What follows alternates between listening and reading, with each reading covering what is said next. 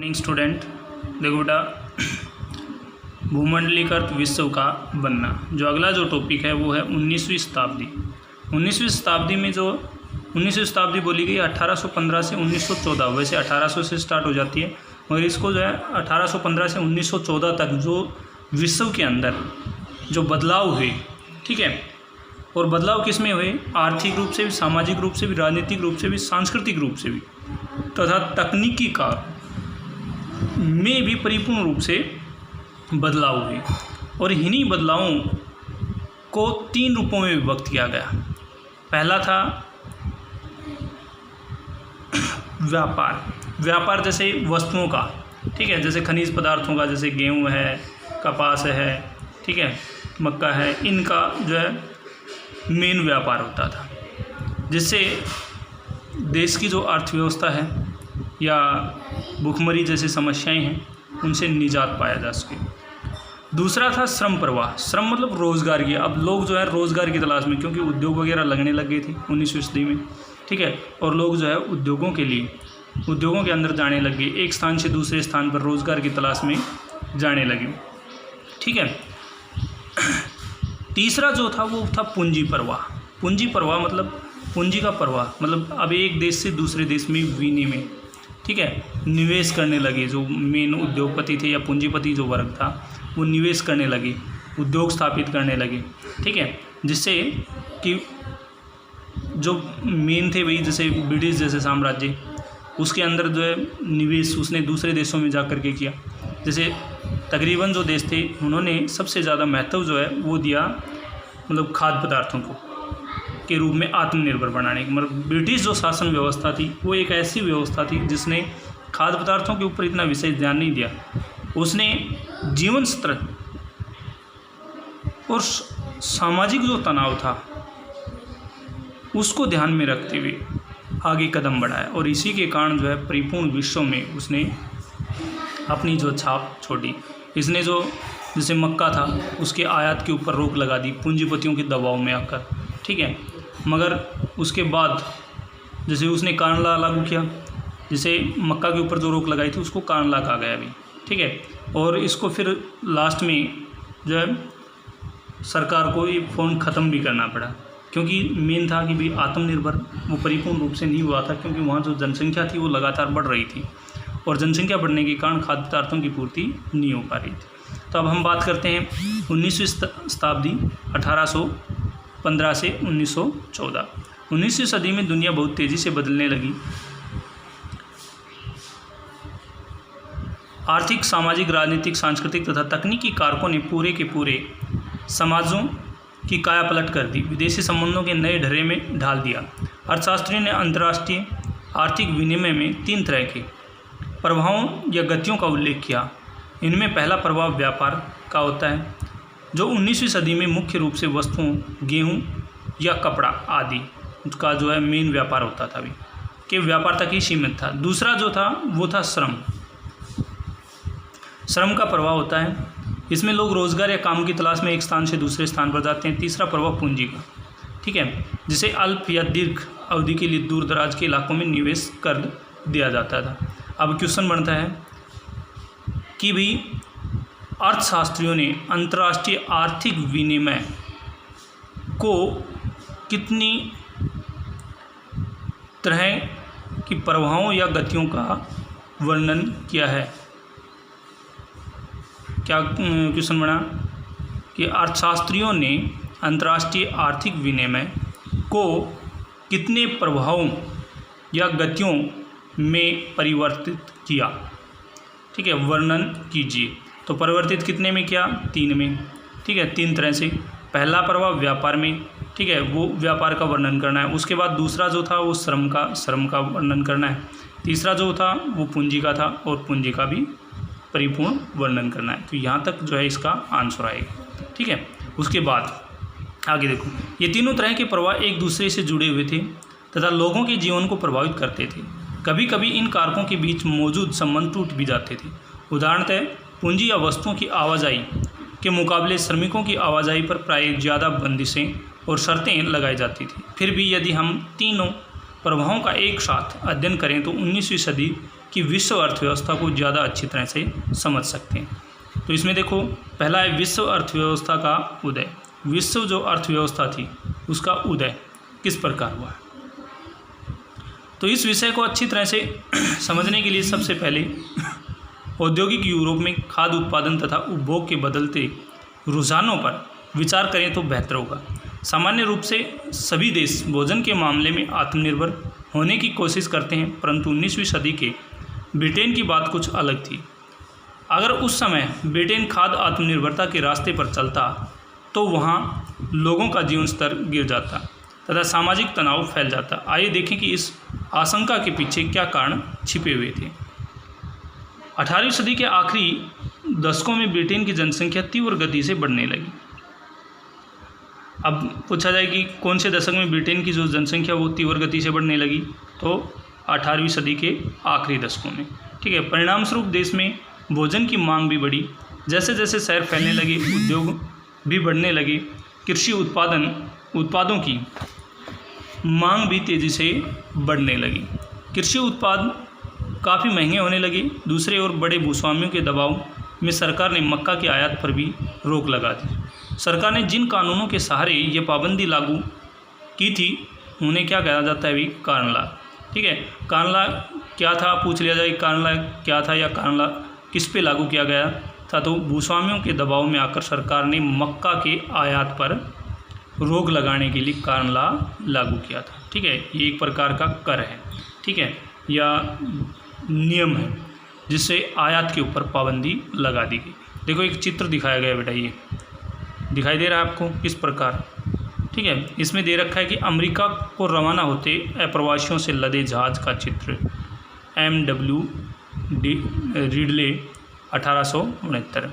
मतलब ये जो है किस प्रकार देखो लदा हुआ है, रोज़गार की तलाश में जो लोग हैं काम पर जाने के लिए, ठीक है, जहाज़ों में बैठा करके लोगों को ले जाया जा रहा है। ठीक है, आगे देखो, कानला की निरस्त हो जाने के बाद खाद्य पदार्थों का बहुत कम कीमत पर आयात किया जाने लगा। आयातित खाद्य पदार्थों की लागत ब्रिटेन में पैदा होने वाले खाद्य पदार्थों से काफ़ी कम थी। परिणाम स्वरूप ब्रिटिश किसानों की हालत नाजुक होने लगी, क्योंकि वे आयातित माल की कीमत का मुकाबला नहीं कर सकते थे। विशाल भूभागों पर खेती बंद हो गई, हज़ारों लोग बेरोजगार हो गए। गाँवों से उजड़कर वे या तो शहर में या फिर दूसरे देशों में जाकर बसने लगे। अब इन व्यवस्थाओं को देखते हुए जो लोग हैं बेघर हो गए भी कारण ला के कारण। ठीक है, जिससे लोग जो है पलायन करने लगे, एक स्थान से दूसरे स्थान पर जाने लगे। ठीक है, जब खाद्य पदार्थों की कीमत गिरी तो ब्रिटेन में उपभोग का स्तर बढ़ गया। 19वीं सदी के मध्य में ब्रिटेन की औद्योगिक प्रगति काफ़ी तेज़ रही, जिससे वहाँ के लोगों की आय में वृद्धि हुई। इससे लोगों की ज़रूरतें भी बढ़ी। खाद्य पदार्थों का और भी ज़्यादा मात्रा में आयात होने लगा। पूर्वी यूरोप, अमेरिका, रूस और ऑस्ट्रेलिया दुनिया के प्रत्येक हिस्से में ब्रिटेन का पेट भरने के लिए ज़मीनों को साफ करके खेती की जाने लगी, क्योंकि ये क्या था, ब्रिटिश जो साम्राज्य था वो औपनिवेशिक के रूप में था, और औपनिवेशिक होने के कारण इसका इन देशों के ऊपर आधिपत्य बना हुआ था। ठीक है, खेती के लिए ज़मीन को साफ कर देना ही पर्याप्त नहीं था। खेती और इलाकों में बंदरगाहों से जोड़ने के लिए रेलवे की भी आवश्यकता थी। ज़्यादा तादाद में माल ढुलाई के लिए नई गोदियाँ होती हैं बेटा, जैसे ये जहाँ माल को उतारा और चढ़ाया जाता है।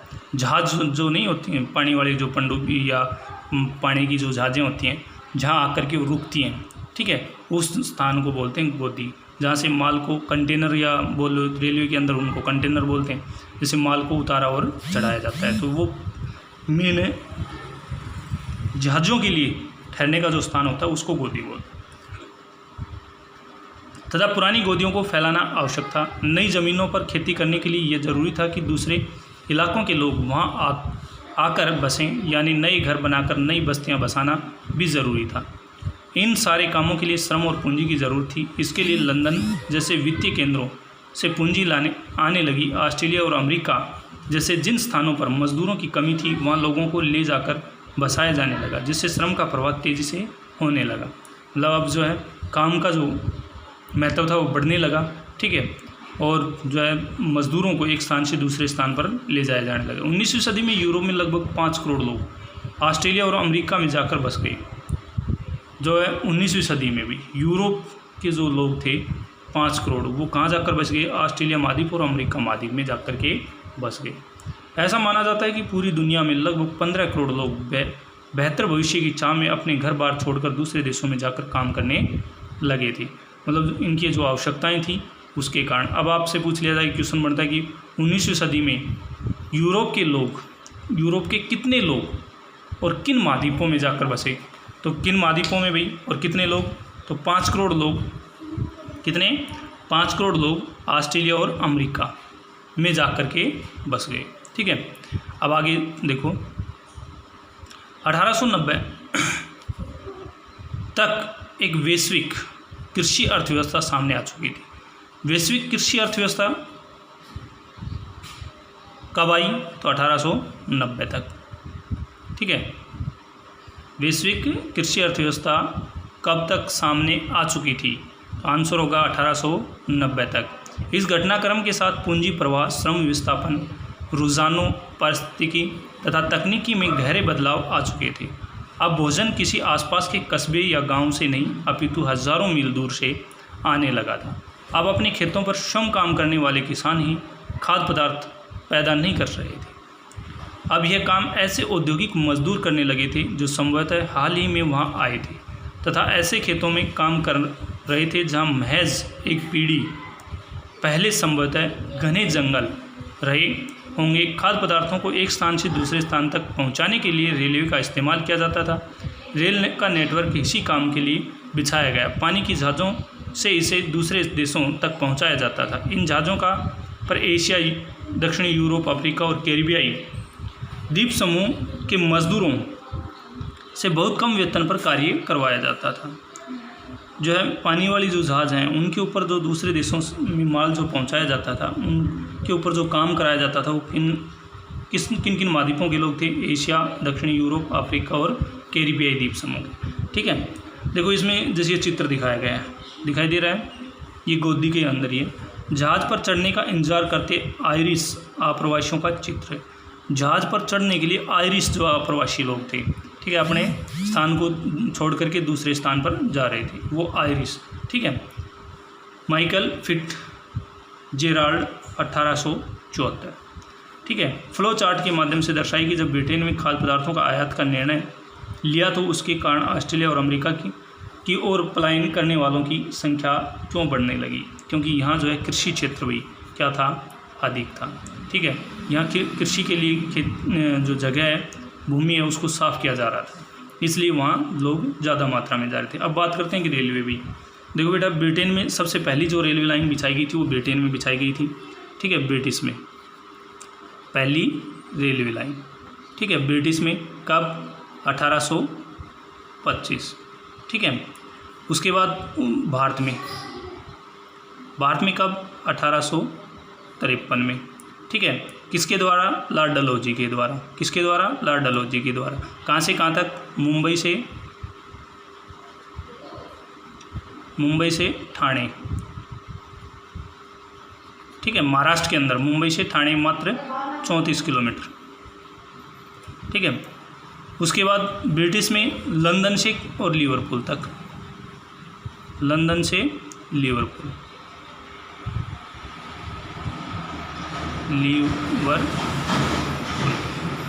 ठीक है, लिवरपूल, लंदन से लिवरपूल।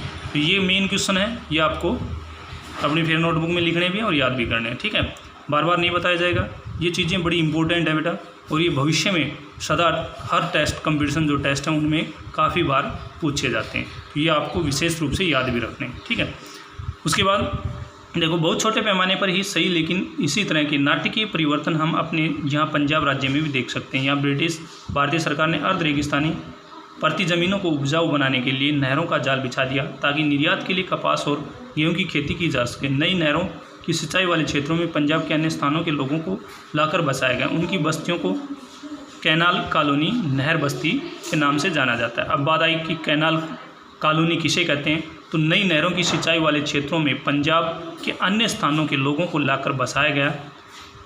उनकी बस्तियों को ही क्या कहा गया? कैनाल कॉलोनी या नहर बस्ती के नाम से जाना जाता। ठीक है, किस लिए बसाया गया था? तो वो भी खेती कराने के लिए। ठीक है, उसके बाद है क्वेश्चन बनता है, क्वेश्चन आपको लिखना है, ठीक है। क्या कि कैनाल कॉलोनी से क्या अभिप्राय है। तो नई नहरों की सिंचाई वाले क्षेत्रों में पंजाब के अन्य स्थानों के लोगों को लाकर बसाया गया उनकी बस्तियों को कैनाल कॉलोनी नहर बस्ती के नाम से जाना जाता है। भोजन तो सिर्फ एक उदाहरण मात्र है। कुछ ऐसी कहानी कपास की भी है रही है जिसकी विश्व भर में बड़े पैमाने पर खेती की जाने लगी थी ताकि ब्रिटिश कपड़ा मिलों को मांग को पूरा किया जा सके। रबड़ की कहानी भी इससे अलग नहीं है। विभिन्न इलाकों ने विभिन्न चीज़ों के उत्पादन में इतनी महारत हासिल कर ली थी कि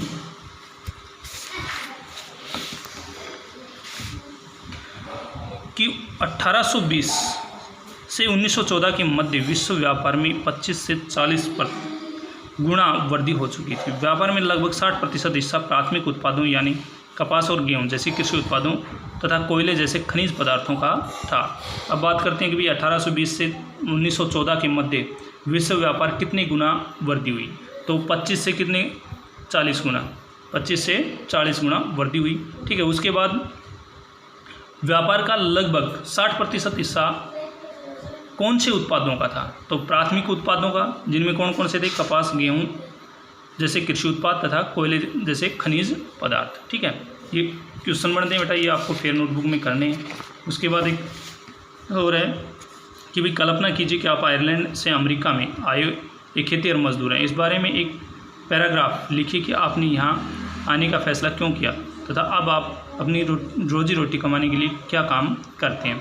तो जो यहाँ से आयरलैंड से और अमेरिका से आए जो खेतिहर मजदूर थे, ठीक है ना, आयरलैंड से अमेरिका में आए जो खेतिहर मजदूर थे वो अपने बेहतर काम की तलाश के लिए, जीवन यापन के लिए आए थे, मगर उनको वहाँ बंधुआ के रूप में बंधुआ मजदूर के रूप में रख लिया गया, ठीक है। तो अब वो अपने रोटी कपड़ा और मकान के लिए बस वहीं पे अपनी आवश्यकताओं की पूर्ति के लिए कार्य करते हैं। तो आज के लिए इतना ही बेटा, बाकी जो है कल कराएंगे। और जितने भी क्वेश्चन है वो आपको फिर नोटबुक में लिखने हैं जो बताए हैं आप।